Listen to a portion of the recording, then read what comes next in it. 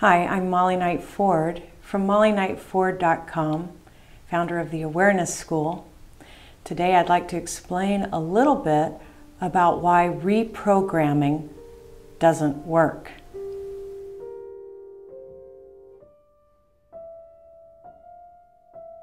I know it's not a very popular thing to say that saying mantras over and over again, or looking in the mirror and repeating back to oneself thoughts that we don't really have but we want to reprogram into our system don't really work. That reinforcing the positive and starving out the negative doesn't really work. It's not a very popular way of speaking about transformation and how we get outside of limiting beliefs. I know one of the most popular ways is a way of reprogramming, but one of the things I have a problem with that is that we're trying to solve the problem with the thing that's causing the problem. Now, let's look at it this way. Most of us live in our thinking, and our thinking is a center that retrieves memory, that analyzes, and that associates with things that we've already learned.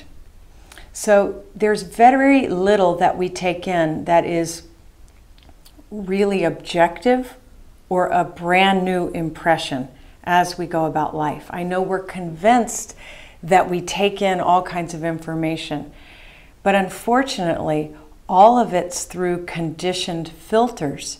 So the minute we see something, we may already associate it with 2 or 3 things from our past. We retrieve the memory and say, ah, that's what that is. Analyze it as such, and then we associate it with that memory. Now, this is what the thinking center does. And if the thinking center is pretty much running our lives, this is why we get into trouble with limiting beliefs and self-sabotage. So that's why I want to talk to you more about why reprogramming this particular center is just that. You'll find that if you do successfully reprogram the computer, you've never really gotten rid of the root cause. It's like treating the symptoms. So instead of retrieving an old memory, you've created something new to retrieve in its place. But that old thing always creeps back in, and you wonder, oh yeah, there's that part of me that does this, gets angry or reacts to this or tries to control things, you name it. Doesn't think I'm enough. All of those things get retrieved because they're conditioned into us. So you can think about that story about the 2 wolves and how we need to starve out one of the wolves, the wolf that is the angry, the reactive, the bad wolf, and feeding the positive wolf, the one that cares about others and is a good person in the world. Well, that doesn't work either, because what starts happening with the reprogramming, i.e. starving the bad wolf, is that we push all of those negative emotions and the place where these limiting beliefs came from, we push it down into the unconscious, and it comes creeping out as the shadow. And what starts to happen is, as all of us individuals collectively push down our negative emotion and don't deal with it in a way that it evaporates and we accept it within us, we're all collectively running around shoving down all these negative emotions or finding ways to avoid the negative emotion through the conditioning.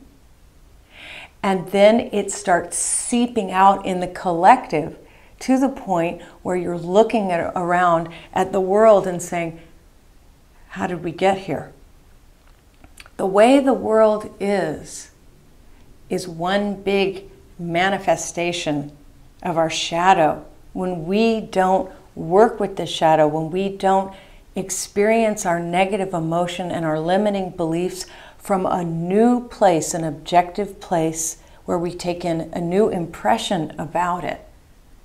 So if we reprogram or starve that bad wolf, and we reprogram from the thinking saying, yes, I am a good person. Yes, I do deserve these things. And these are thoughts that are helpful.